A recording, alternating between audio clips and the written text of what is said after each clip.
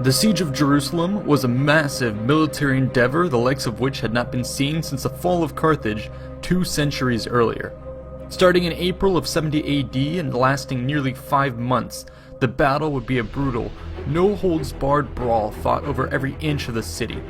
At stake was the success of the Great Revolt in Judea and the survival of the Jewish people. Roman involvement in Judea first began in 63 BC when Pompey the Great was drawn into a Jewish civil war, and eventually seized Jerusalem. However, the region saw much turbulence during the final years of the Republic and was taken over by the Parthians, before legions returned to install the puppet King Herod. Eventually, a series of procurators oversaw Judea, but these largely lacked the competency or military power to impose order. Roman authority was highly dependent on local elites who themselves often lacked the confidence or respect of the Jewish people. On top of this, the population of Judea was divided across lines of class, ethnic, and religious divisions. As a result, the region was highly unstable. Revolutions seemed perpetually around the corner. In May of 66 AD, rioting amongst the people was met by the heavy-handed overreaction of the Roman procurator Florus, who only further incensed the situation by plundering southwest Jerusalem and killing 3,600 people. As the situation escalated, reinforcements soon arrived from Caesarea, only to be driven out by a rebellion that now spread to the entire region. Jerusalem was taken by Jewish rebels, while Roman strongholds were eliminated in Judea and Perea. Roman efforts to combat the uprising were led by Vespasian and his son Titus, under orders from the Emperor Nero. The campaign season of 67 AD saw Vespasian advance south from Antioch and focus his efforts on subduing Galilee. Field battles were virtually unheard of, given the huge advantage the Romans held, and most of the fighting was concentrated around fortifications. This resulted in particularly brutal treatment of any populations which did not submit immediately. Rome often acted particularly strict to make a point. During the 68 AD offensive in Judea, for instance, cities downstream of the Roman army learned of their approach not by messengers, but by the arrival of bodies floating down the Jordan River. The campaign ground to a halt with the news of Nero's death. The anarchy that followed was known as the Year of Four Emperors and included a bid for power by Vespasian on July 1st, 69 AD. By the summer of 70 AD, he had come out the victor and set sail for Rome to claim his prize.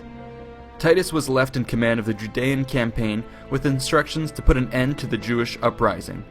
This, of course, meant the long-delayed assault on Jerusalem, home to the rebel leaders and the heart of the resistance. Titus began the Jerusalem campaign in the spring of 70 AD. His army of 4 legions was assembled in Alexandria and marched north to Caesarea along the shoreline.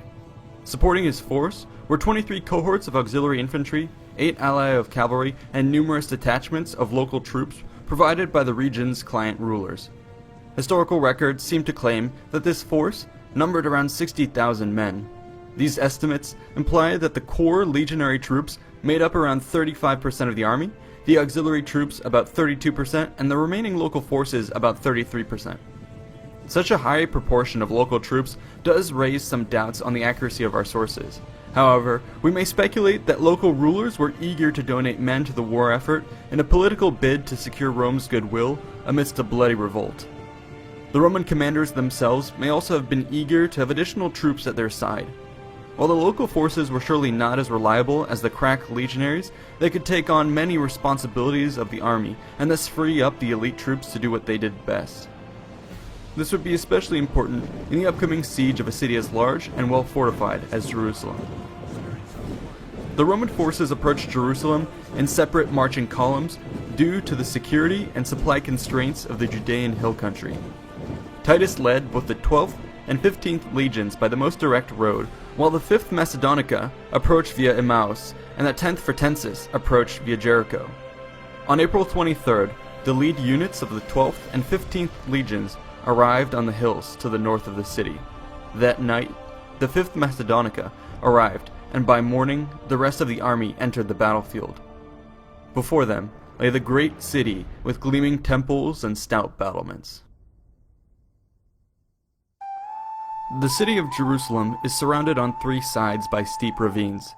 To the east lies the Kidron Valley, to the west, the Gihon Valley, and sweeping around the south is the Hinnom Valley. A series of hills surround the area, including the famed Mount of Olives to the east. Ancient Jerusalem itself was built atop several key topographic features. The city incorporated two spurs of land with the Tyropaian Valley in between. Atop the eastern spur stood the Temple Mount and the Antonia Fortress. The heights of the western spur were occupied by the elites who had built the upper city during the Hashmonean and Herodian periods. In the middle of these two areas sprawled the more ancient and crowded lower city, which held most of the population. Both the upper and lower cities were enclosed by a wall, which was anchored on the flank by the massive fortifications around the Temple Mount. Inevitably, the population outgrew its bounds, and the second city was developed north of the first wall. This exposed position was soon surrounded by a second wall, which ran from the Antonia in the east to the Genoth Gate in the west. By the 1st century AD, yet another suburb had sprung up to the north, known as the New City. Once again, expansion necessitated fortifications, and in 41 AD, Herod Agrippa commissioned the construction of the third wall. This was an ambitious project with massive stone blocks meant to enclose a large area. It seems that the scale of the defensive works raised some suspicion amongst the Romans, who forced their client king to abandon the project before its completion. Over the course of the Jewish revolt, however, the people of Jerusalem managed to put the finishing touches on their third layer of battlements. By the time the legions arrived outside Jerusalem, the walls had been raised an additional 9 meters and a series of square towers were built projecting outwards. The combination of tough terrain and stout walls made for a formidable 3-layered defensive network. Additionally, the maze of narrow streets between the fortifications could be easily blockaded, while numerous underground water and sewage passages meant that defenders could emerge from any direction for a surprise attack on intruders. Bunkered within this massive, fortified city was a garrison of approximately 20,000 Jewish troops. However, these were not professional forces. Rather, they were a motley assortment of militiamen, refugees, and zealots. This composition is a reflection of the thoroughly fractured nature of the Jewish resistance. Since the outbreak of the revolt, an effective, centralized government had failed to take form, and the resistance suffered from a chronic failure to synergize its various factions. Jerusalem had been divided along party lines and was tearing itself apart in bloody political infighting right up until the arrival of Roman forces. The principal leaders were Simon Gioras, who laid claim to the upper city, and John of Gischala, who was based out of the Temple Mount. Simon led the larger of the two forces, which included 10,000 men under 50 officers and 6,000 allied Idumeans under 8 commanders. These troops garrisoned the first wall from the Kidron all the way to the Palace of the Kings. On the other side of the city, John had an armed following of around 6,000 men under 20 officers and was joined by Eleazar with his 2,400 zealots. These forces held the Temple Mount, along with the surrounding neighborhoods including the Ophel and the Tyropaian Valley. Traditional Jewish fighters were lightly armed and armored. They fought at range with slings, bows, and javelins, before closing in with spears, swords, and clubs. While agile and determined, they often stood no chance in a straight-up engagement against Roman forces, especially heavy cavalry. However, the Jews in Jerusalem were much better prepared than was typical. They had been amassing equipment from Jewish workshops, Herodian armories, arms dealers, deserters, and defeated enemies. A substantial amount of gear had been gathered from the defeated Romans at Beth Horon, including an array of artillery pieces. In addition, the confused mess of siege warfare would negate many of the advantages a Roman force would enjoy in a field battle. Lastly, it must be said that the morale of the defenders was strengthened by the inevitable survival instincts that took hold when a city resolved to fight or die. While considering the armies is important, we would do well to remember that sieges are battles of attrition. As such, it is necessary to ask about the food and water supplies. Fresh water, at least, was not of immediate concern, owing to the presence of numerous cisterns around the city, as well as several massive pools which trapped rainwater. Food, on the other hand, was in short supply. During the infighting that preceded the siege, many of the grain stores had been raided or destroyed by opposing parties. In addition, The already huge population of Jerusalem had swelled to dangerous levels in recent weeks with the arrival of pilgrims celebrating Passover. The non-combatant populace far outnumbered the armed defenders and imposed severe limitations on the length supplies could last. Once the Romans closed in on Jerusalem, the countdown began. The Roman army had undergone a long march to reach Jerusalem. Titus recognized that his men were exhausted and ordered that they construct preliminary camps out of range of the city. The 12th and 15th legions, who had arrived from the northeast, began to set up a kilometer away, atop Mount Scopus, with another camp planned for the 5th Macedonica, 550 meters further back. As the legions moved into place, Titus rode ahead to personally survey the defenses. On the morning of April 23rd, he set off with 600 horsemen, following the road that led to the main gate of the third wall. However, the terrain was uneven and cluttered with gardens, olive groves, hedges, fences, walls, and stone structures which had been knocked down by the defenders. In other words, he walked into a maze of obstacles. All of a sudden, Jewish forces burst out of the gate and swarmed the Roman column, cutting it in half. Cavalrymen in the rear bolted out into the open country they had come from. Meanwhile, Titus and his escorts were left behind. The general had neglected to wear his helmet or breastplate for the expedition, but nonetheless drew his sword and led a charge to break out. According to Josephus, he, quote, diverted those perpetually with his sword that came on his side, overturned many of those that directly met him, and made his horse ride over those that were overthrown, end quote. The encounter was a close call, but ultimately the Romans were able to cut their way through, though they lost several men and left many injured. Titus was likely shaken by the event and eager to get the siege underway. He ordered the 10th Fretensis to move even closer and began constructing entrenchments atop the Mount of Olives. However, the Jews were emboldened by their near success and decided to follow up with a massive assault. Sorties poured out of the eastern and southern gateways, their sights set on the working legionaries. Fighters streamed across the Kidron Valley and descended upon the half-built camp of the 10th Fretensis. The Romans were caught completely off guard. Jewish troops started cutting down their disorganized opponents, while more reinforcements rushed out from the city to complete the rout. Titus attacked the flank with his bodyguard, which was enough to force the mob back down the ravine. The 10th Fretensis resumed work, only to come under a second assault from Jews who had been steadily bringing in more and more men. This ferocious attack overwhelmed the Roman force on the low ground. Many of the soldiers fled for the heights, while Titus and a band of troops attempted to hold the line.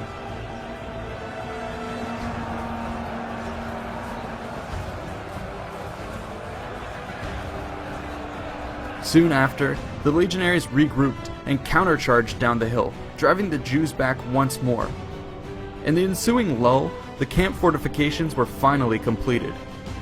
This secured the Roman forward position, but left everyone with a reminder that the strength of the Jewish defense had been dangerously underestimated. In response, Titus now took precautions against further counterattacks. He posted cavalry divisions to deflect attacks and ordered that the ground between the Roman camps and the walls be cleared of all obstructions. This meant cutting down trees, flattening hedges, filling in ditches, and destroying rock projections. This had the dual purpose of removing any cover for Jewish sorties, as well as preparing the ground for siege works. The Roman army had effectively rolled up its sleeves. It was time to get to work.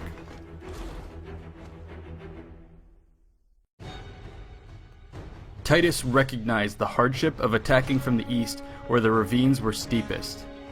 As a result, he decided to focus on the western flank of the third wall. The 10th Fretensis was left to hold the Mount of Olives, while the 3 remaining legions were redeployed. The 5th Macedonica built a camp 400 meters west of the western gate, while the 12th and 15th legions established themselves opposite the Sephinus Tower. Artillery positions were now deployed with their sights set on the city. Under their covering fire, each legion began constructing an earth and timber ramp up to the third wall. Jewish projectiles rained down from above, and attack parties slowed construction at all times of night and day. However, the concentrated might of the 3 legions with artillery support proved too much.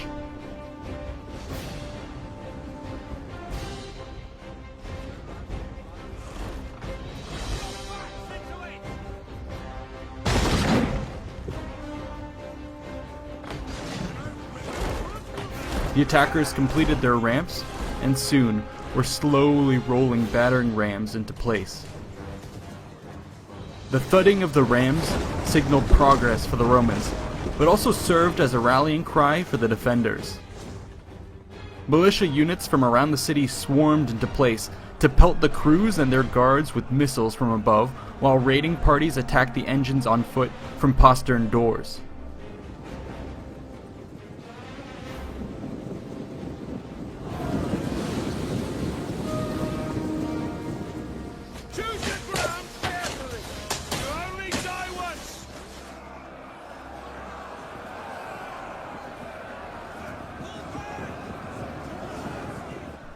Brave defenders fought their way up to the ram's protective sheds and were poised to destroy the equipment before Titus led a cavalry attack to drive them off.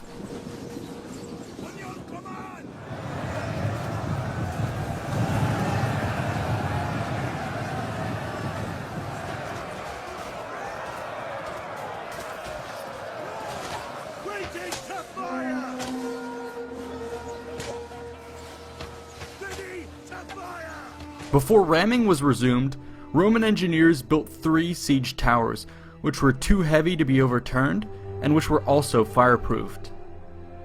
These were then rolled into place to provide close fire support for construction and clear the area of defenders.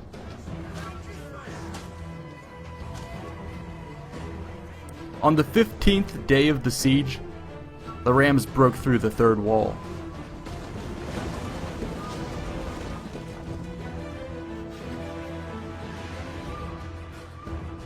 The Jews yielded the outer city to the Romans and withdrew to the 2nd wall.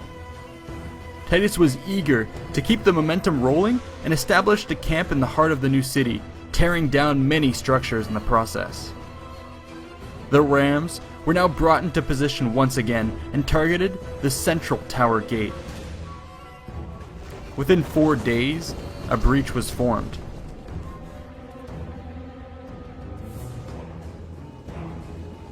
The legionaries formed up and advanced through the narrow gap. However, they were met with an eerie silence. As the troops advanced cautiously through the seemingly deserted streets, they were all of a sudden attacked from all directions.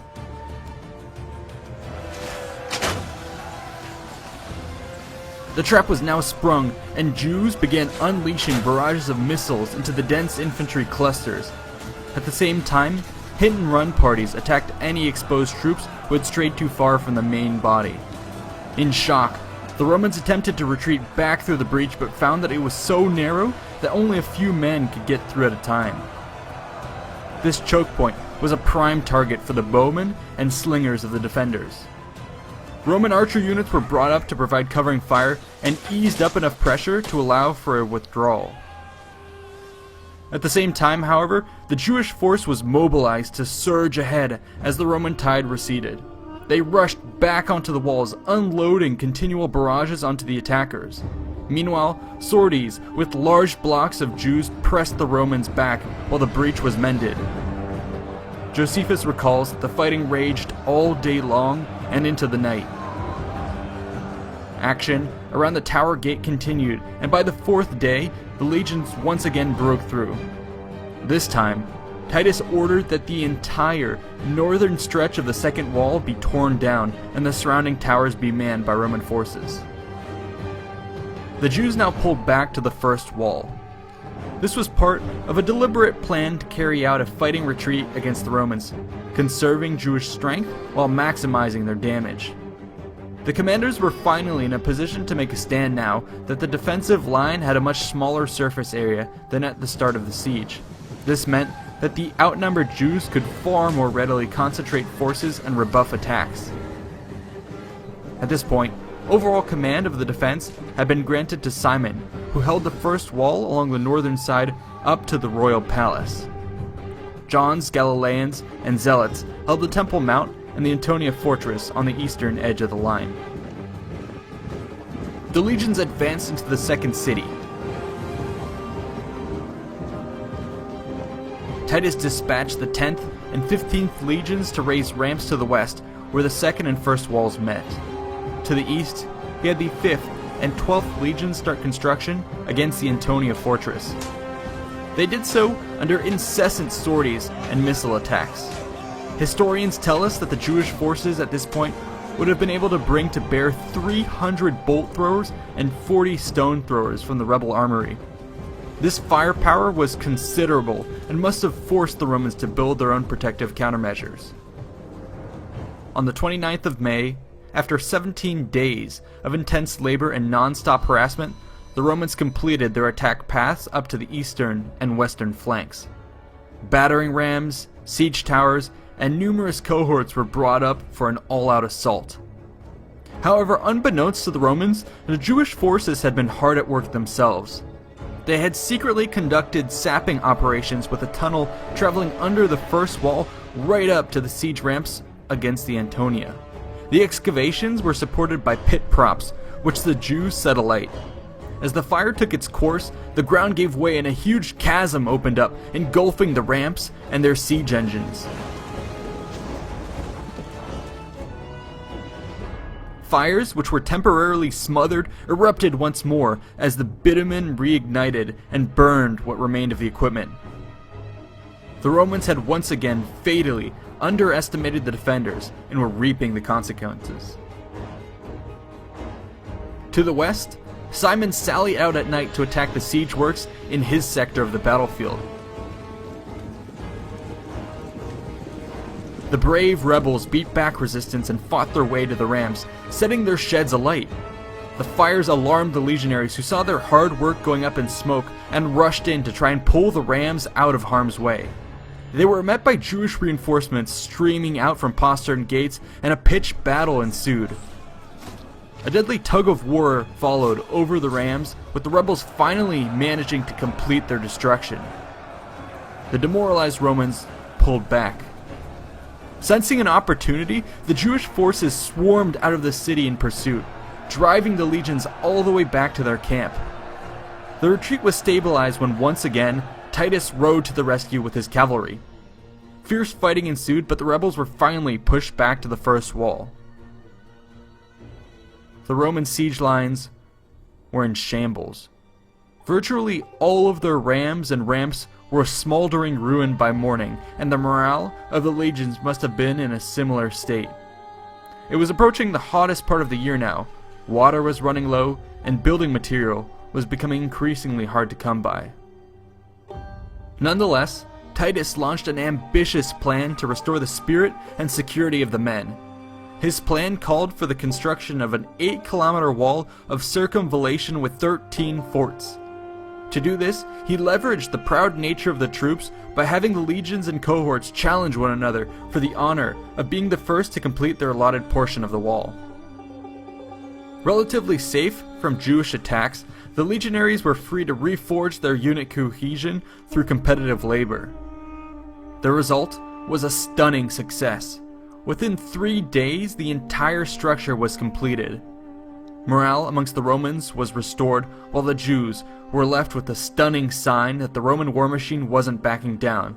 If anything, things had just shifted into high gear.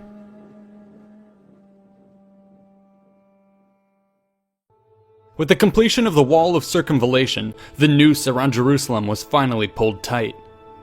Previously, citizens had been able to slip out at night to collect supplies from the countryside, but now this proved impossible. Any rebels caught outside the walls were crucified as a terrifying example of Rome's wrath, while even those who defected willingly were often gutted by troops who believed their stomachs would be filled with precious items ingested for concealment. Inside, the food situation rapidly deteriorated. The defenders were reduced to eating pets and boiling hay. Disturbing reports also mentioned instances of infantile cannibalism taking place. Now, in the 10th week of the siege, Titus ordered all forces to concentrate their assault on the Antonia fortress. The full-scale assault began with the mobilization of archers and artillery to suppress the walls, while 2 battering rams moved into position and men armed with crowbars took aim at the foundation blocks of the towers.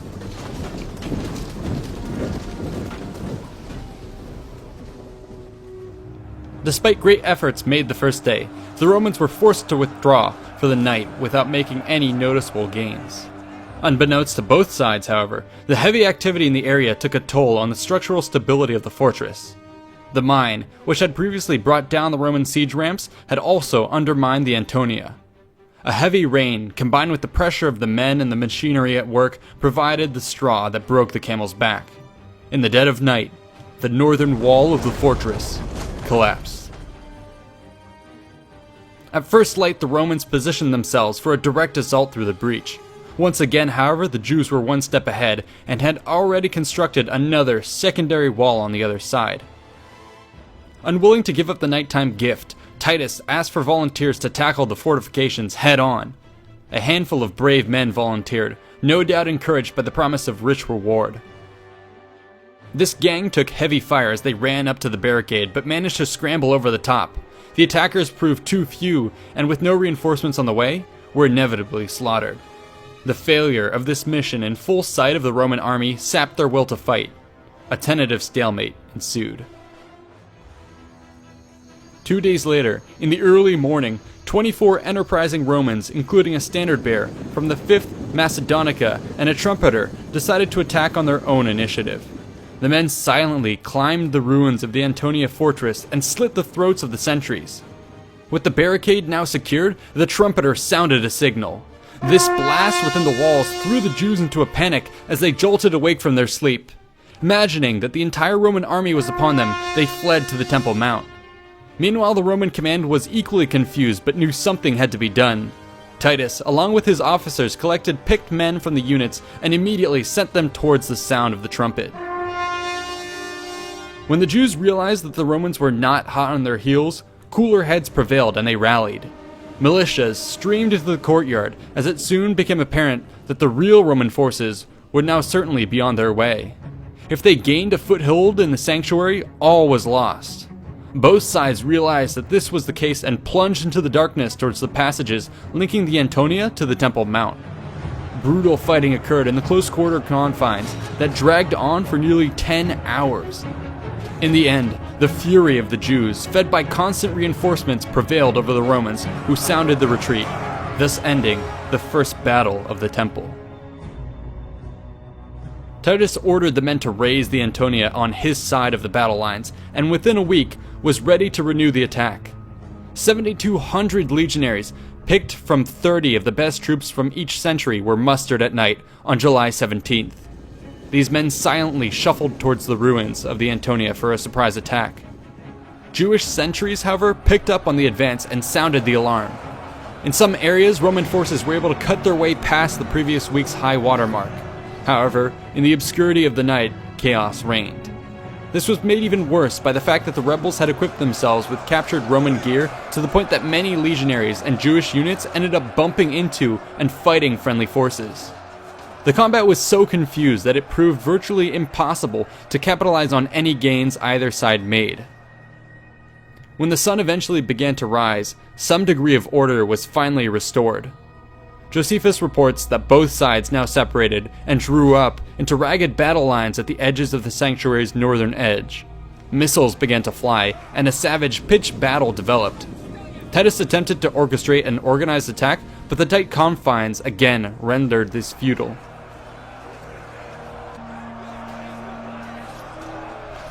By midday, it became apparent that no gains would be made, and the second battle of the temple was called off. Clearly, it would be impossible to punch a hole through the Jewish bottleneck. Titus thus resolved to broaden the scale of the attack. In the peak of the summer heat, he ordered 4 more ramps to be built against the northwestern corner of the Temple Mount. In response, the Jews massed their missiles at the walls and sent forth continuous waves of skirmishers and sorties to harass the work crews. Nonetheless, the legions steadily made progress. With the works nearing completion, the defenders tore down the northwestern corner of the temple colonnade, severing connection between the defensive parapets and the remaining elements of the Antonia. This effectively removed a key avenue the Romans were hoping to use as an attack route. At the same time, a major sally was attempted against the Roman wall of circumvallation at the Mount of Olives. Though unsuccessful, this assault once again attested to the boldness of the defenders. A cornered beast, was certainly a force to be reckoned with. On the 27th of July, Roman work parties building a ramp against the broken end of the western colonnade spotted an opportunity. It appeared that Jewish activity on the other fronts had caused a withdrawal of defensive forces in the area. The legions rushed forward with ladders for an immediate assault by escalade. Hundreds of troops now swarmed onto the undefended walls, with many more following behind them. However, the Jewish retreat had been a trap. In the previous days, they had secretly filled the rafters with dry wood and bitumen, which they now set alight. The entire sector of the wall burst into flames, with the Roman assault troops caught in the inferno. This occurred in sight of both armies and provided a tremendous morale boost to the defenders. The Romans proved wary of another escalade assault and instead tried to breach the walls with rams and picks. For days, they worked around the clock in relays to undermine the defensive fortifications. They did so under a continuous bombardment of missiles and harassment. Eventually, several huge blocks were pried loose, but the thick construction of the Temple Mount defied all attempts at destruction. Titus must have been unimaginably frustrated. Desperate for results, he ordered another storming of the walls. The results were predictably bloody. Roman troops climbing the ladders were dangerously exposed. Many found themselves toppled in their attempts to scale the walls, while others finally managed to reach the top under continual artillery and archer covering fire, only to be left isolated. Those that did make it up were vastly outnumbered and slaughtered. Roman centurions resorted to throwing legionary eagles onto the walls in a bid to motivate the proud soldiers to retrieve them.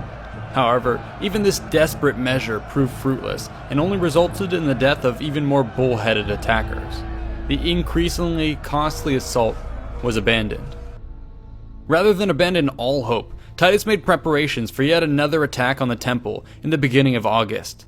The objective would be to finally push through the bottleneck at the Antonia and move out onto the open spaces of the courtyard, where the legions would gain the necessary space to fight effectively. Archers and artillery were massed in and around the ruins of the Antonia. These began to target the defenders holding out at the north end of the temple complex. Once they had cleared, Roman troops burnt out and tore down the entire northern colonnade. This would allow the attackers to deploy along the entire width of the plaza, while at the same time stripping away a crucial Jewish defensive position. While the northern battlements were now destroyed, sight lines were opened up onto the other flanking battlement positions. The defenders stationed here found themselves dangerously exposed and were forced to pull back. The Jewish line of defense was reformed and now cut across the center of the Temple Mount, with the temple itself serving as a central bastion. It is around this time that the gravest of ill omens took place. This spiritual crisis involved the daily sacrifice of lamb to Yahweh. Like clockwork, the priests had upheld the holy rite of Tamid amidst the bloodshed and starvation of the siege. But on the 5th of August, the last of the sacrificial lambs ran out. Now, at the height of the siege, with the Romans advancing, the Jews lost their connection to God. The stage was now set for a fight over the very heart of Jerusalem, the Temple Mount. The left end of the ragged Jewish line was stationed at the western gate with access to the upper city. The right flank was anchored on the opposite side of the colonnade at Solomon's portico.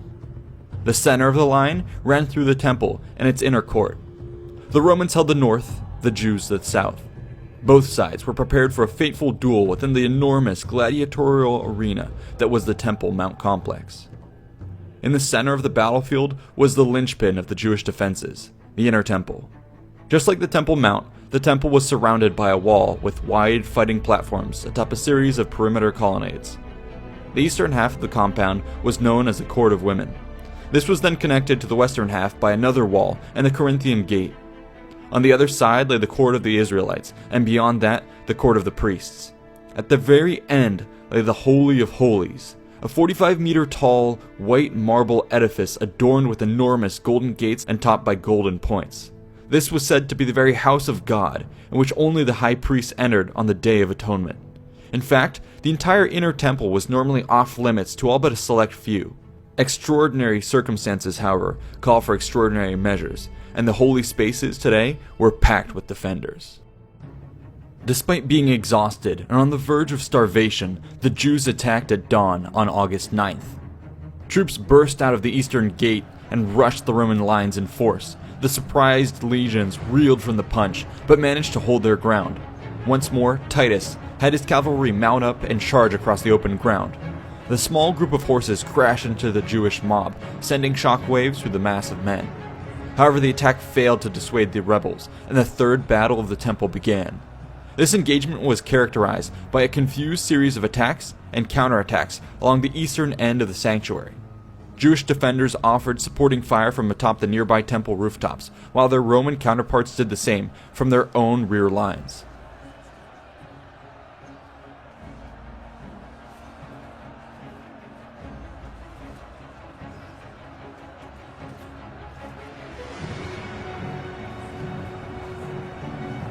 The fighting raged on for several hours before subsiding into an uneasy stalemate. The following day, August 10th, the Jews again launched an attack on the Romans holding the outer court, initiating the fourth battle of the temple. The engagement was similarly hard fought, but the crush of a Roman counterattack managed to drive the defenders right up to the temple walls itself. Here, Jews atop the walls dislodged stones and threw down an assortment of projectiles onto the Romans. However, in the close press below, a pair of legionaries were seized by impulse. One grabbed a piece of flaming debris, while the other hoisted him up against the north side of the temple. From this elevation, he lobbed the burning timber through a low, golden door into the sanctuary chambers. In the summer heat, the highly flammable timbers and textiles took light. Thick, black smoke billowed into the air as fire spread rapidly to the stunned amazement of both sides. The fire rapidly spiraled out of control, threatening to consume the countless sacred texts and treasures within the temple. The Jews were left paralyzed between choosing to fight the flames or the Romans. The legions seized on the initiative and plunged forward without orders. They battered down the eastern gates and penetrated the inner court of the temple. In this moment, at the climax of a grueling 3-month siege, the attackers gave way to their bestial nature. Soldiers broke free from their officers, controlled only by a toxic psychological state of repressed rage and frustration. Pity was the first casualty, soon followed by a butchery of all those who did not flee the hellscape. The young, the old, the helpless. All were put to the sword. This bloodlust would only be matched in intensity by greed. Roman soldiers plunged into the flaming complex, intent on making off with treasures inside. The frenzy reached a fever pitch where Roman troops were being trampled to death by their comrades. The arrival of Titus seemed to have little effect on the state of the men. This was often a natural occurrence in the final stages of a siege, when even the ablest of commanders could do nothing to restrain the wild passions of soldiers. Eventually, the delirium subsided when the temple was picked clean by both men and flames. Chants of Imperator, Imperator, Imperator greeted Titus as he ordered the sacrifice of an ox, a sheep, and a pig at the eastern gate of the temple. With this move, he consummated the domination of the Roman gods over that of the Jews.